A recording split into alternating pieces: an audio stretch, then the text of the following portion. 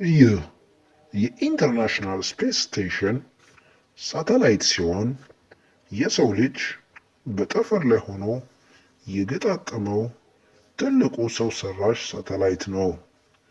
ኢንተርናሽናል ስፔስ ስቴሽን በምህጻረ ቃል ሲጠራ አይኤስኤስ የሚባል ሲሆን ከምድር 400 ኪሎ ሜትር ከፍ ብሎ ይገኛል። ቴራ የተሰኘ የዩቲዩብ ቻናል ሲሆን ዓለም ላይ የሚገኙ አስገራሚ አስደናቂ ነገሮችን በሚገርም ትንተና አቀርብላችኋለሁና ላይክ፣ ሼር፣ ሰብስክራይብ ማድረግ እንዳይረሳ። ምድርን በ28,000 ኪሎ ሜትር በሰዓት የሚሽከረከር ሲሆን ይህም ፍጥነት በ90 ደቂቃ ውስጥ ምድርን ዞሮ ለመጨረስ ይረዳዋል። ኢንተርናሽናል ስፔስ ስቴሽን የአንድ አገር የቴክኖሎጂ እና የምርምር ውጤት ሳይሆን 15 ሀገራት አንድ ላይ በመሆን የሰሩት ነው። ከ15ቱ ሀገራት በሚገርም ሁኔታ አሜሪካና ራሽያ የሚገኙበት ሲሆን ኢንተርናሽናል ስፔስ ስቴሽን ለመኖር እጅግ አስቸጋሪ ከሆኑ ስፍራዎች ውስጥ ይመደባል። ለዚህም ዋነኛ ምክንያቱ ከምድር ላይ ባለው ከፍታ የተነሳ የኦክሲጅን አለመኖር፣ የፀሐይ የሙቀት መጠንና ከፀሐይ የሚለቀቁት አደገኛ ጨረሮች ተጠቃሽ ናቸው። ከዚህ በተጨማሪ በጠፈር ላይ የሚገኙ ስራቸውን ያጠናቀቁ ሳተላይቶች ስብርባሪ ወይንም ደግሞ ስፔስ ደብሪስ በከፍተኛ ፍጥነት ምድርን ስለሚዞሩ ከአይኤስኤስ ጋር ቢጋጩ ከፍተኛ ጉዳት የማድረስ አቅም አላቸው። አስትሮናውቶች በአይኤስኤስ ላይ ለመኖር ሁሉም የአይኤስኤስ ሲስተም በስርዓት መስራት ይኖርባቸዋል። በዚያ የሚኖሩ የጠፈር ተመራማሪዎች ወደ ምድር የተለያዩ የምርምርና የጥናት ውጤቶችን የሚሰሩ ሲሆን ለምሳሌ የአየር ንብረት ለውጥ ላይ ጥናት ማካሄድ አንደኛው ነው። አይኤስኤስ በ90 ደቂቃ ውስጥ ምድርን ዞሮ ስለሚጨርስ በየ45 ደቂቃ ፀሐይ ስትወጣና ስትገባ የጠፈር ተመራማሪዎች መመልከት ይችላሉ።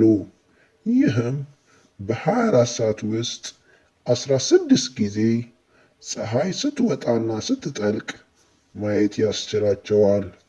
የአስትሮናውት ኑሮ በአይኤስኤስ ውስጥ ምድር ላይ ከምናውቀው እጅግ ይለያል። በጠፈር ላይ የመሬት ስበት ስለሌለ አስትሮናውት እየተንሳፈፉ መንቀሳቀስ ይችላሉ። የሚገርመው ነገር አስትሮናውት በአይኤስኤስ ቆይታቸው ከሰውነታቸው የሚወጣ ቆሻሻ ታሽጎ ወደ ዩኒቨርስ የሚላክ ሲሆን ገላቸውን በእርጥብ ፎጣ በማድረቅ ይጸዳዳሉ። ይህም የሆነበት ምክንያት በአይኤስኤስ ውስጥ ውሃ እጅግ ውድ ሀብት ስለሆነ ነው። ለዚህም ነው አስትሮናውቶች ለመጠጥ አገልግሎት የሚያስፈልጋቸውን ውሃ በአብዛኛው ከሰውነታቸው የሚወጣውን ሽንት ሪሳይክል በማድረግ የሚጠቀሙት። ለዚህም ሃይቴክ ፊልትሬሽን ሲስተም ይጠቀማሉ። ይህ ሲስተም 6000 ሊትር ውሃ በዓመት የማምረት አቅም ያለው ሲሆን በአይኤስኤስ ውጫዊ ክፍል ያለው ሙቀት እስከ 120 ዲግሪ ሴልሺየስ ይደርሳል። አስትሮናውት በአይኤስኤስ ውስጥ መቆየት እንዲችሉ ተርማል ኮንትሮል ሲስተም ወይንም የሙቀት መጠኑን ለሰው ልጅ ተስማሚ የሚያደርግ ሲስተም ሲኖር ተርማል ኮንትሮል ሲስተም የአይኤስኤስ የሙቀት መጠን ከ24 ዲግሪ ሴልሺየስ ያልበለጠ የማድረግ ስራን ይሰራል። የአይኤስኤስ ዝቅተኛው የሙቀት መጠን ከ18 ዲግሪ ሴልሺየስ በታች መውረድ የለበትም። ይህም የሆነበት ምክንያት በአይኤስኤስ እና በፀሐይ መካከል ምድር ስትገባ የሙቀት መጠኑ -160 ዲግሪ ሴልሺየስ ስለሚሆን ነው። በአይኤስኤስ ውስጥ አስትሮናውት እንዲኖሩ ወሳኝ ከሆነው ሲስተም ውስጥ አንዱ የኤር ሰርኩሌሽን ሲስተም ነው። ይህ ሲስተም የኦክሲጅን መጠኑ በአይኤስኤስ ውስጥ የተመጣጠነ እንዲሆን ያስችላል።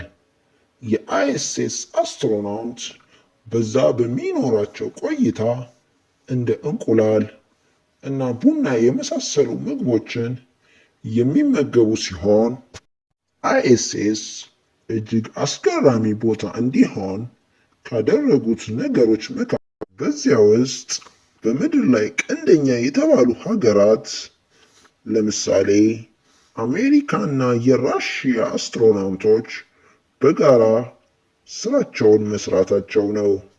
በኢንተርናሽናል ስፔስ ስቴሽን ውስጥ ከራሽያ፣ ከአሜሪካ፣ ከአውሮፓ፣ ካናዳ እና ጃፓን የተውጣጡ ሀገራት የተለያዩ ስራዎችን በጋራ ያከናውናሉ።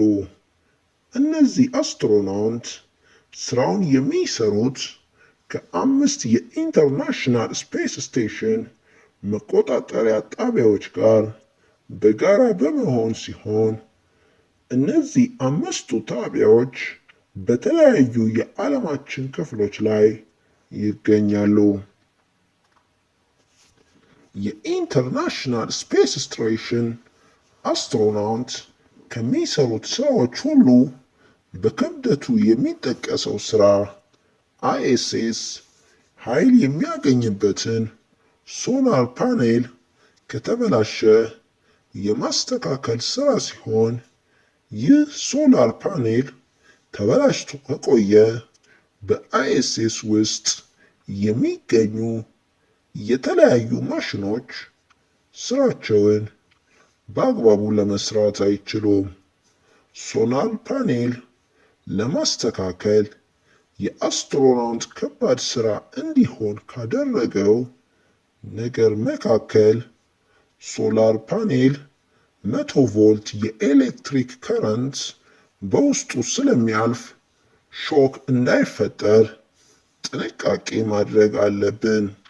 ሌላው ሶላር ፓኔል ለማስተካከል የተመደበው አስትሮናውት ከሚገጥመው አደጋ መካከል ስራውን ለመስራት ከአይኤስኤስ ስቴሽን መውጣቱ ለከፍተኛ የፀሐይ ብርሃንና የፀሐይ ጨረር እንዲዳረግ የሚያደርገው ሲሆን ከዚህ አደጋ ለመከላከል አስትሮናውት የተለያዩ አልባሳት ቢጠቀሙ አደጋውን የመከሰት እድል ግን ይኖረዋል። የኢንተርናሽናል ስፔስ ስቴሽን 16 ፕሬዠራይዝድ ሞጁሎች አንድ ላይ በመገጣጠም የተሰራ ሲሆን ዛሪያ የአይኤስኤስ የመጀመሪያው ሞጁል ነች። 20 ቶን ክብደት ያላት እና በራሽያ የተሰራች ነች። ከዛሪያ በመቀጠል ዩኤስኤ ዩኒቲ የሚባል ሞጁል ከዛሪያ ጋር አጋጠመ። ዜቭሳዳ የተባለው ሞጁል ለሰዎች መኖሪያ የተሰራ የመጀመሪያው ሞጁል ሲሆን በጁላይ 2000 እንደ ኤሮፓውያን አቆጣጠር ከሁለቱ ሞጁሎች ጋር በመጋጠም የመጀመሪያዎቹን 3 የአይኤስኤስ አስትሮናውት መቀበል ችሏል።